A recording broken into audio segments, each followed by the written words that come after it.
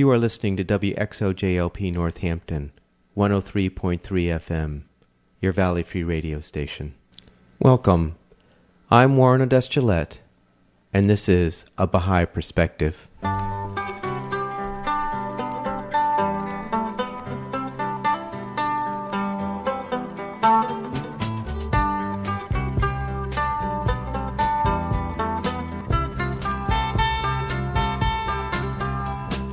A Baha'i Perspective is a radio program that examines contemporary issues in a unique spiritual perspective based on the principles of the Baha'i faith.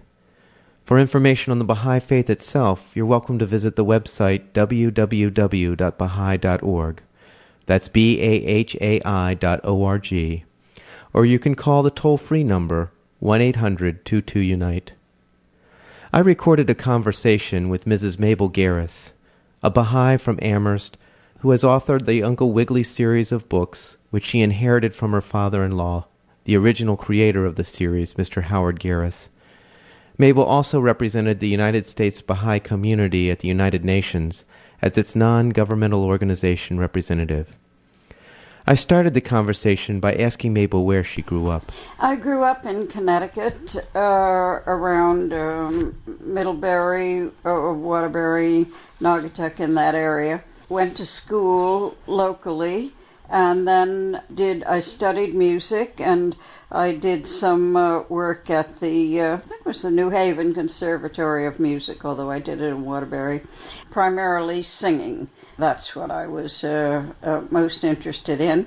Let me see, my mother was a singer and a pianist, and so we had a musical household. We always sang in the evening.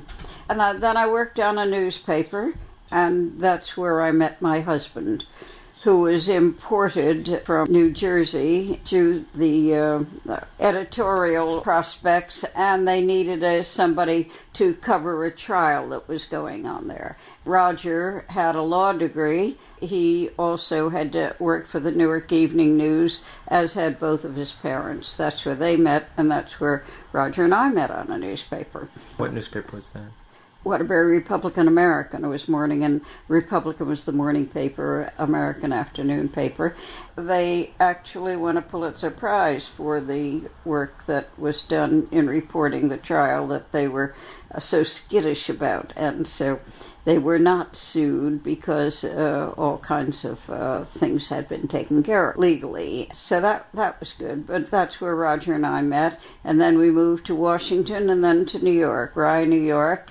Our children were born along the way. Then we moved to Amherst. The trial that you were covering there. It was a political trial where the mayor and the controller and all the others, the kind of thing that happens from time to time, where they've been pocketing a lot of money and contracts go to all of the friends, and then they discover that it moved from local to state. It became a big thing.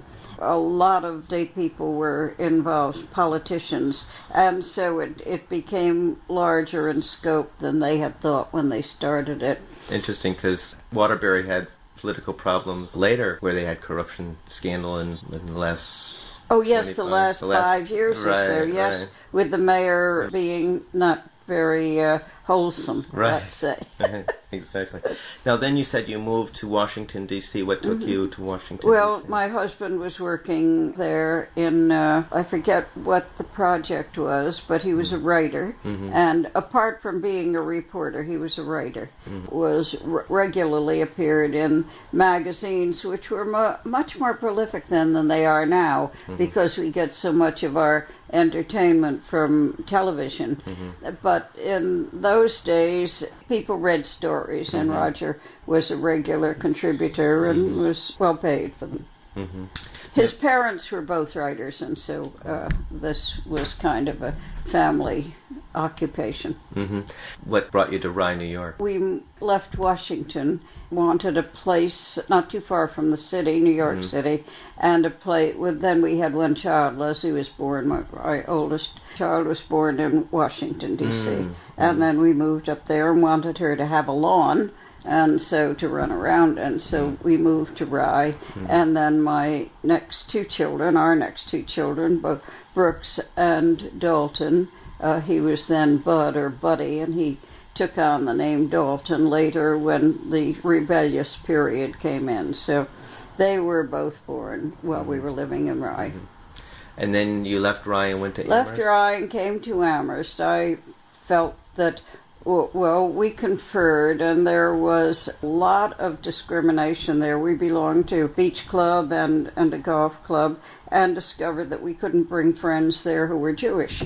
And that was a big upset in our lives. And as we discussed things, we decided that this was not the atmosphere in which to bring up our children. We wanted them to grow up without prejudice as much as possible in this world.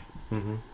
So you were looking around and you found Amherst? Well, Roger was then also working on the New York Times. He had a friend there.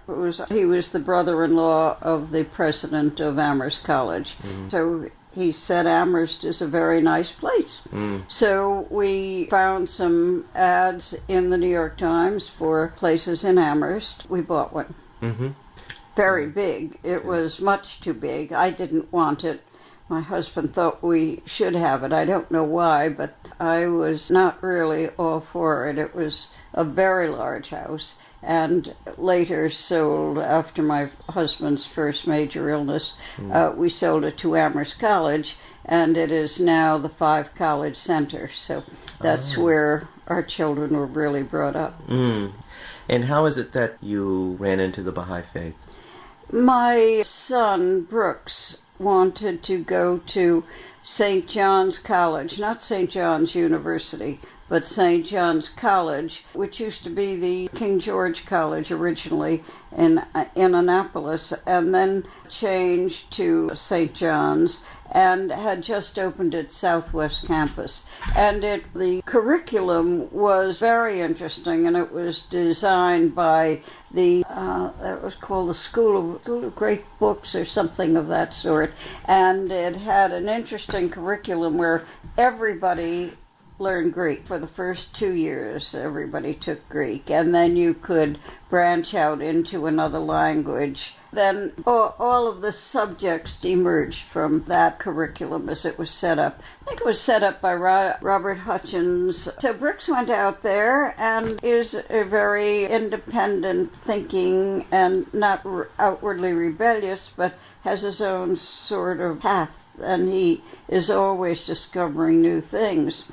And had discovered the school, and then he went to, when he was out there, he met a young man. I don't believe he was a student there, but he met him in town. He was a Baha'i, so Brooks studied this with him, and then he went out on the Indian reservations there and came across a Native American there who was deeply immersed in the faith. He became very close to him.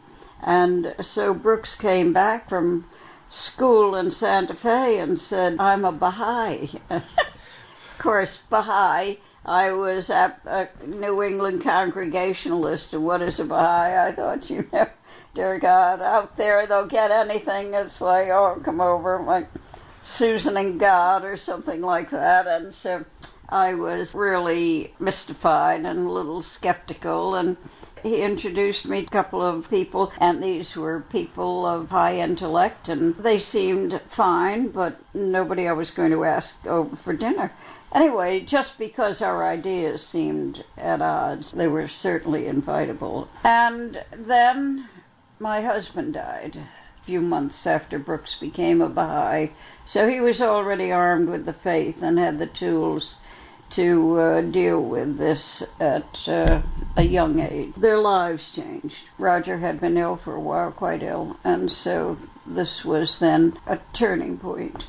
And then Dalton, he took the name Dalton, and then he went from one end of the country to the other, and I hardly knew what was happening and going on, and he was a young teenager, and I was very, very worried. Brooks had to go get him from somewhere at some time and picked him up. He became a Baha'i out in the Mojave Desert. So that was number 2 son. And that was 3 years after Brooks had made his declaration of the Baha'i faith. And for me, it took me a long time. Everything had to be proven. There were Baha'i books here. And then when we got into the whole political system in Washington, where Lyndon Johnson had said statements about this will never happen, we will never do this, and it had already been done. And so these statements seemed so false and so upsetting to one who was always voted, because you get good people in if you can, otherwise you can't complain. So I was quite upset. Then the Ellsberg papers came out. I don't know if you remember the Ellsberg papers. They came out, and when they were printed, as you know, in the Washington Post, then the New York Times, and when I came across those and found out where we were as a country and the deceit that had gone on, I was really crushed. And I felt it really doesn't matter who you vote for or what you do, because even if you get to the center, a central person is good. There are so many, it's like an onion with all the layers of skin. There are all these others who are out there, and they are trying to get what they can. It was a very self-serving kind of situation, and I was really sick about it. The Ellsberg papers, of course, revealed all of this, and we had just broken a promise with India, and because of their situation, then we had a contract with China, and what we did was to just break contracts when it was convenient for us, or when it was inconvenient to have the previous contract. And then what do? So I was deeply disturbed. And then I remembered seeing on the shelf a book titled World Order of Baha'u'llah. And Baha'u'llah is the prophet founder of the Baha'i faith. And again, as a New England Congregationalist, it sounded very exotic. And I thought, oh, what is this? But Baha means glory, of La, God, glory of God. And Christ said that he would return in the glory of God. I learned that after I became a Baha'i, but it would have helped a lot if I had it to begin with, because the Oriental terms were very far from my education and culture. At any rate, it said World Order of Baha'u'llah. So I asked Brooks about it, and he said, well, that is a plan for the future, blueprint for the future. Blueprint for the future? Yes, he said, well, they're not on architect's papers, a blueprint, but it is Baha'u'llah's vision of the world as it will be and how to get there. So I began reading some Baha'i things and found them fascinating, but I wasn't going to become a Baha'i, of course. None of that was for me. I was going to learn about it. I was about 3 years doing this. Meanwhile, my other son, Dalton, had fallen, Dalton, Massachusetts, oddly enough, and had just about broken his back and done all other kinds of things. He fell 40 feet and landed on his feet. Then he was in the hospital in Pittsfield. The ones who came to my rescue were the Baha'is, and they were there for me every minute. They said prayers. Turns out there was a Persian doctor, a woman, a beautiful young woman who was a doctor at Pittsfield. She learned that Dalton was a Baha'i, and she said a very special prayer with him when he was going through this terrible operation they were going to have to do for him. At first she didn't think that he would live or would walk. And then when they prayed, he didn't pray all through this, but she held his hand when she could. As a medical person, she was able to be in there. He came out, his doctor said he will probably not walk again. He just stalked out of that hospital, and after probably a month, he left, and I didn't know he had left, and I went up to see him. And they said, he's gone. he's gone. And anyway, that's a whole other thing. But I came out, and he had just been able to sit up and then stand up and take a few steps, and he called a friend of his, not me, because he knew I wouldn't do it, to get him. He was going to get out of there, and he insisted upon leaving. He had a heavy cast on. At any rate, he did leave, and the Baha'is were right there for him all the time. And he is very active. He's had many operations on his back, but he is extremely active in the Baha'i faith. And so my other son, Brooks, was also there for me and with me all the time. So that was the turning point for you to... That was the turning point. We'll return to more conversation with Mabel after we take a break.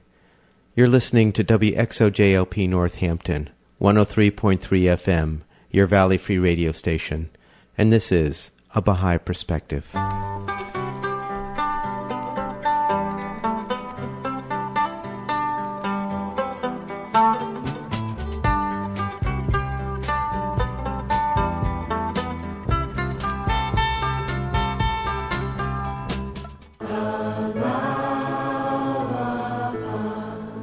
Responsibility.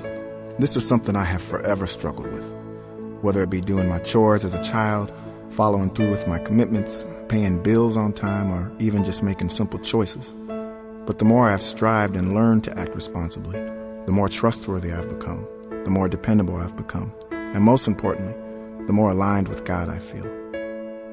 Tolerance is a good place for me to start. If I can be tolerant of a situation first, then I get to follow it through with other virtues like love and patience and kindness that support my act of being tolerant. Well, courage to me is a way to get through fears and troubles. When I'm scared, I always tell my parents how I feel with confidence and bravery. They help me work out my problems. After that, I feel more courageous.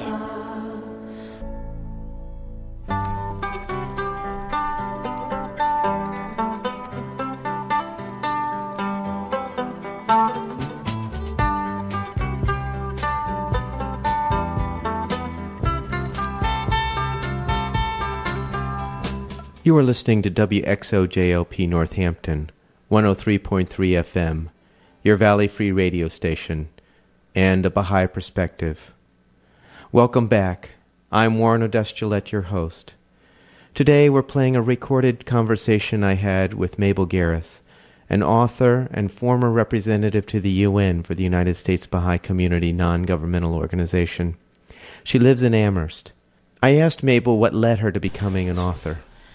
I was always fascinated by words and writing. My father was a man of, not a man of letters. He was very bright and used to write poetry, but I never saw him without a book. He was always reading something. The discipline in our family would not be so much about chewing gum, but about whether you use the right word in the right place in the right manner. If we didn't, he would say, "Now, lass, you know better than that." My father was British, so was my mother. "You know better than that, and you can leave the table and think about it, and then you can come back when you know." So grammar, and I found that in later years I was always saying, "Oh, it isn't that, it's this."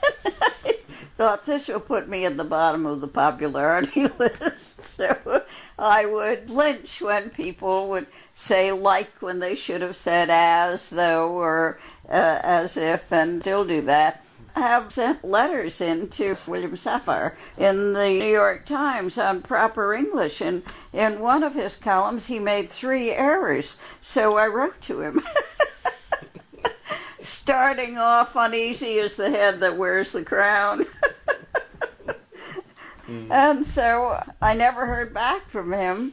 I thought, well, so much for that. And then I did. One day I got a phone call, and they were doing another Sapphire book and wanted to know if they could include my corrections to him. So there were 3 in one column, so you can see what a persistent little reader I was, on the verge of ending a few friendships. So even with my daughter, who is a writer and is married to a writer, when the children used incorrect language, I would tell them and say, no, Alex, that should be. And she said, oh, Mother.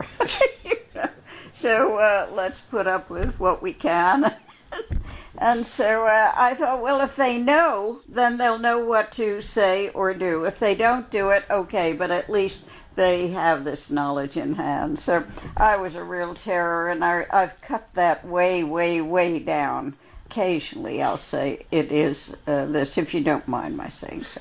And then when I met Roger, I was trying to write short stories, which I never did sell. And I was married to a writer. Roger earned his living by writing. He was the son of Howard Garis and Lillian Garis. And Howard Garis is the author of the Tom Swift books, which I think are under the name of Victor Appleton. They were all put out by the Stratemeyer Syndicate. He wrote so many books that I can't even remember. The Buddy books.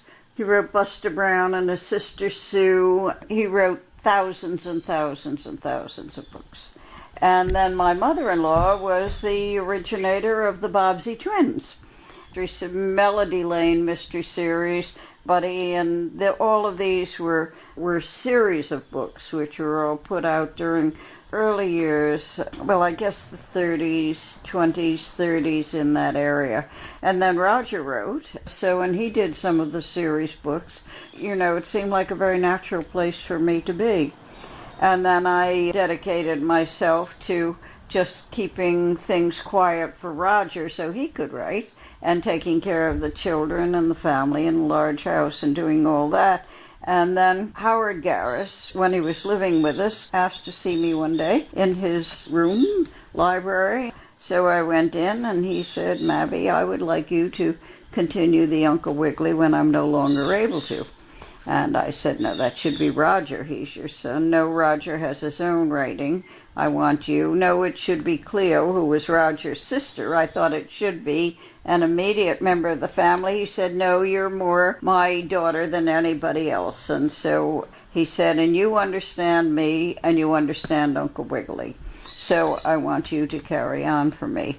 So that was quite an unsettling thing for me. Roger wasn't well at the time and eventually became quite ill and, as I had said earlier, passed away at that particular time. And then I had a contract with a publisher in England, and I did about 6 books of Uncle Wiggly stories, originals, and then in all there were about 6, and 3 were books of original stories, my stories, and then edited stories of Howard Garis.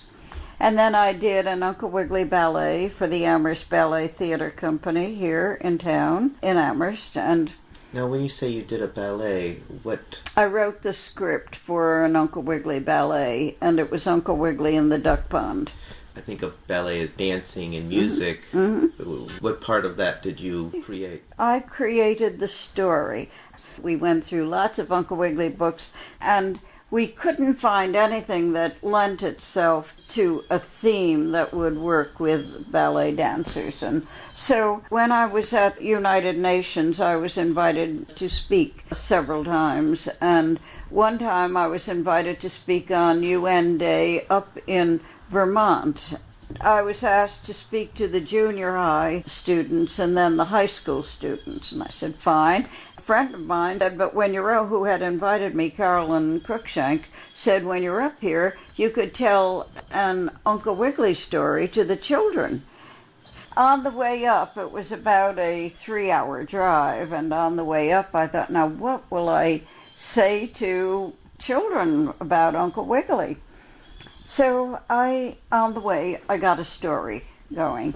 And I called it Uncle Wiggly in the Duck Pond, although I don't think I had a title for it then. But in the Baha'i faith, one of the tenets of the faith is to look upon everyone equally. You are to get rid of your prejudices. And of course, this is not easy. we grow up in a certain culture with parents with very strong ideas. I had parents with very strong ideas and very limited, it seems to me, in their long-range thinking about society.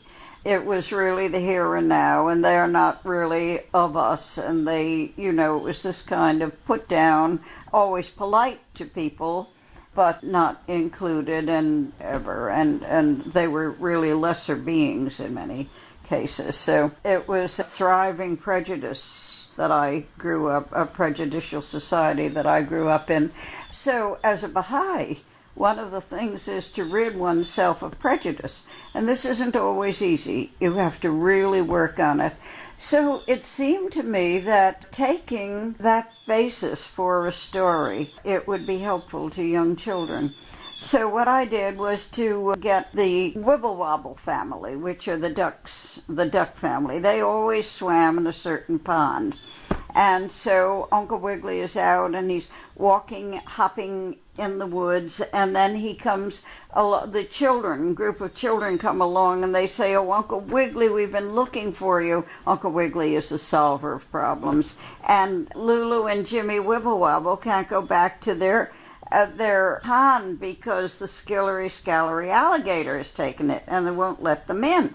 So Uncle Wiggly then confers with them. They put their heads together, and then they all go off in different directions. And he said, "Now we'll meet back here at a certain time." And so then Uncle Wiggly goes off with his niece and nephew, Sammy and Susie Littledale, and who were the little rabbit children. They go back and they tell Nurse Jane Fuzzy Wuzzy, who is the muskrat lady housekeeper, what the plan is. So she gets very busy, and they get busy, and they go out to the wood shop with Uncle Wiggly. They're working away, and finally Nurse Jane comes out, and she has a great big cake. Susie and Sammy Littletail have both made something or other, which turn out to be big toothbrushes, and Uncle Wiggly has made something else, I forget what now. But they all go back and they meet the other children, and the children have gotten some present for the skillery-scalery alligator. So then they go back to the pond, and there's skillery-scalery alligator taking over. And so he then says they come sort of moving tentatively up towards the edge of the pond. They find that here is skillery-scalery alligator, and he "Yes, get back from here. I don't want anyone around here." And the children go back, and Uncle Wiggly soothes them and says, "Go ahead, go ahead." So one by one they go up, and they leave a present for the skillery-scalery alligator. And he is saying, "Go away, go away." And they are not paying any attention to that because Uncle Wiggly is urging them forward. So they deposit their gifts. Then the big thing, Nurse Jane Fuzzy Wuzzy comes with the great big cake. So they all sing. I may have forgotten an essential thing, that he said it was his birthday and he was taking the pond for his birthday. Nurse Jane Fuzzy Wuzzy has the big cake. They all have candles on it, and they bring it towards the skillery-scalery alligator, and they all sing, and then of course the audience all sings, "Happy birthday to you, happy birthday to you, happy birthday, dear skillery-scalery alligator, happy birthday to you." Well, he just breaks down. He has crocodile tears coming down his alligator face, because then he says, oh, I'll go away. He said, "Nobody has ever given me a birthday cake before. I've never had a birthday party. I'll go away and I won't trouble you anymore." And they say, No, you must stay. You stay. And Uncle Wiggly says, "You stay, and we'll find out how alligators live, and you will find out how ducks and the other residents of the area live, and then we will all get to know each other better."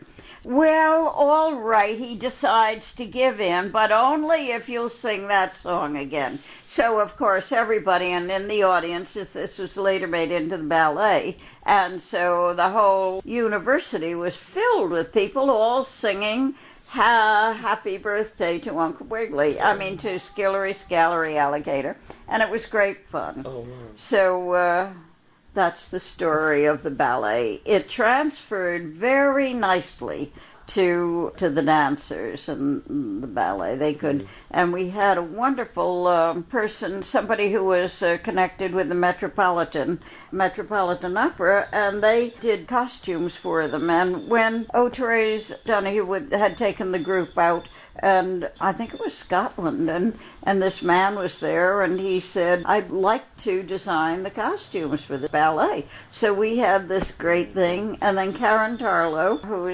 she was getting her doctorate in music, and she did an original score. So it all worked out very well. What other things have you authored? I did several books of Uncle Wiggly. They were published in England, and then I did the Uncle Wiggly Ballet, and then there was the Uncle Wiggly Game that Howard Garis had started that way back, I think before I was born, and that goes back a long way. And Milton Bradley published it, and so that came to me, and it's still going. It's now published by Winning Moves in Massachusetts. Anyway, it's still available. When was the last time you wrote an Uncle Wiggly series? Quite a while ago. Mm-hmm. And why did you stop? Well, because the demand had stopped. You know, the world has changed. Although there is the possibility now of a movie. Now, you said that your son-in-law is... My son-in-law is Arthur Kopit, who is a playwright. He won his first prize when he was an undergraduate at Harvard, and he wrote, Oh, Dad, Poor Dad, Mama's Hung You in the Closet and I'm Feeling So Sad, which went on to win prize after prize after prize and got him really launched in the theater. And then he did other things. Now, working with writers, he teaches, I think, at Princeton. I know he was teaching at Princeton last year, and I think in New York, and has been spending a lot of time doing an epic sort of thing. Okay. Now, Discovery of America, something like that, so that it's a large piece. Tell me about your effort to write the book Martha Root. Oh, Martha Root. Martha, if anyone doesn't know, they should find out about Martha. I was asked if I would write this, and I knew very little about her. First of all, I was asked to do a short piece, not 7 pages.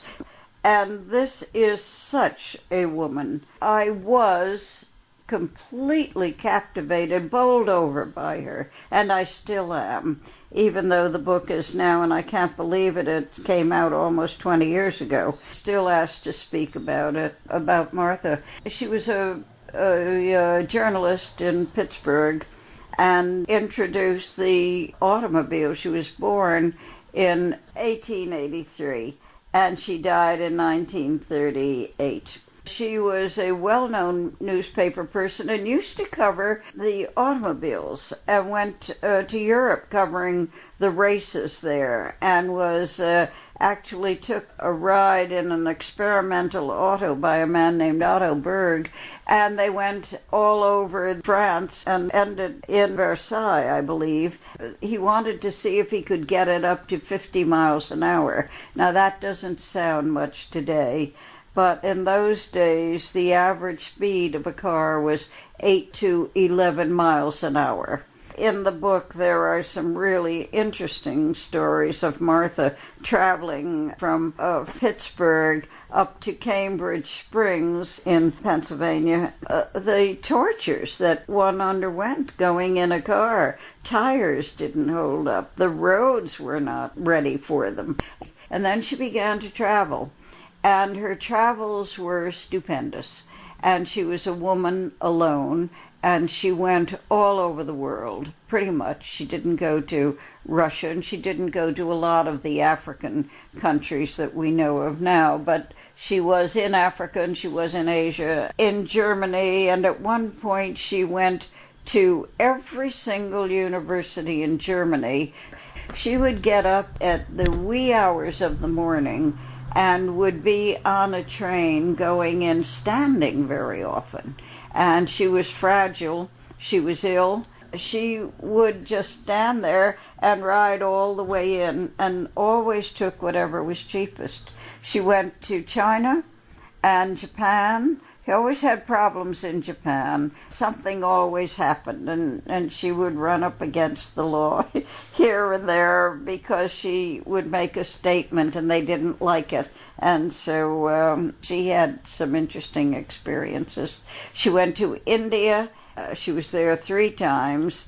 And Australia and New Zealand, Tasmania, then eventually to Israel, Turkey, where she had trouble getting in and out, had very little money, and had to pay like a visa tax to go in, and then she was ready to leave, and she had to pay a visa tax to get out.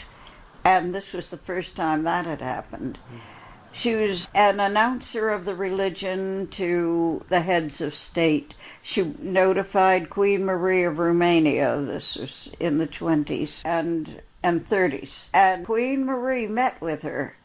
And here was this little woman from Cambridge Springs, Pennsylvania, coming up to meet Queen Marie of Romania, the beautiful, exotic, talented, charming head of a country.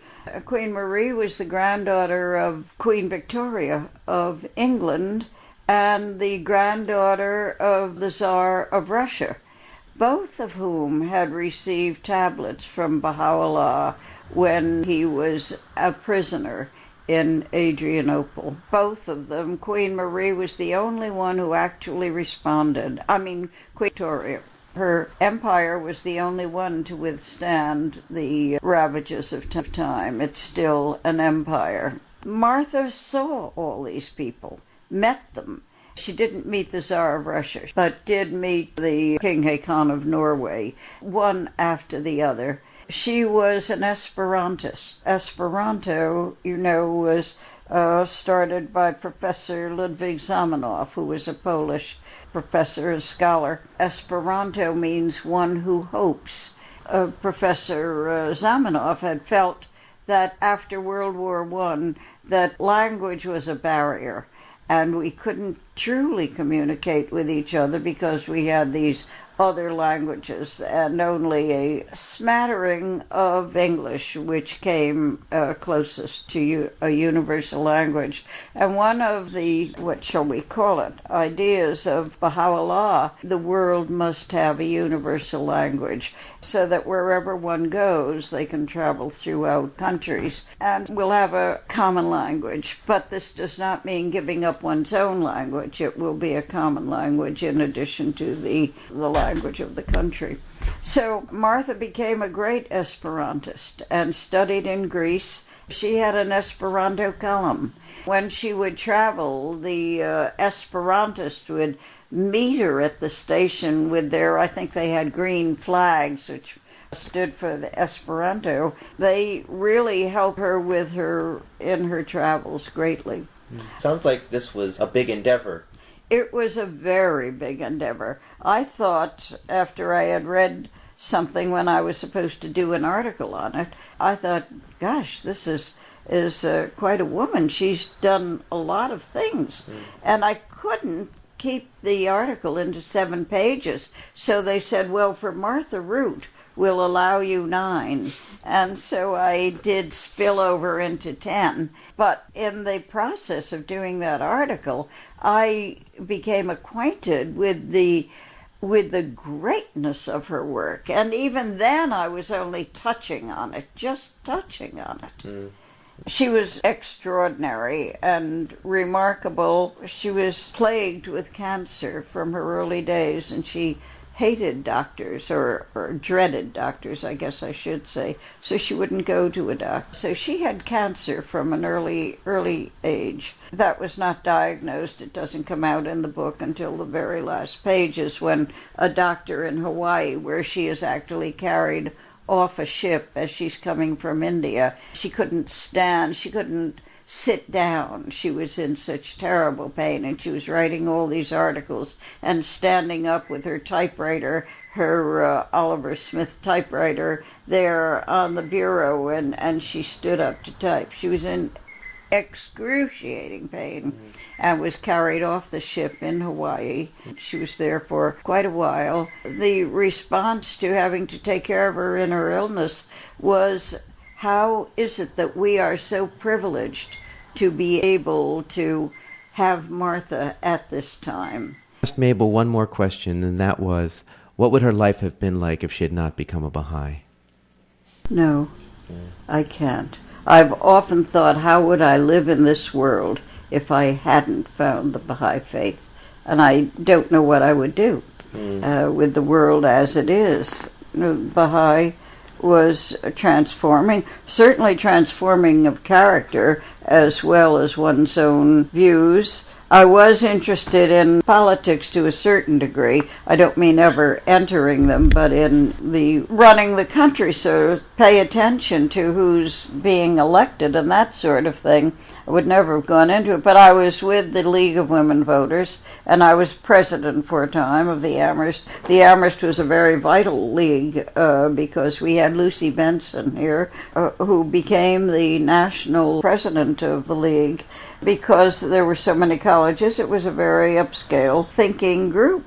So I was there. I was very soon made the representative at the UN, as you said earlier. So that took time. I had to go down to New York every week. I drove or took the train, would drive sometimes to New Haven and take the train, and have to be in New York by 10 o'clock. For the once a week. And then I did go to many places speaking, and not only in the country but out of the country.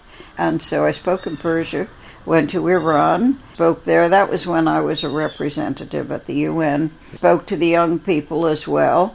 Had some very interesting experiences there, which I won't go into, but I was new in many things, and there were some interesting things that happened.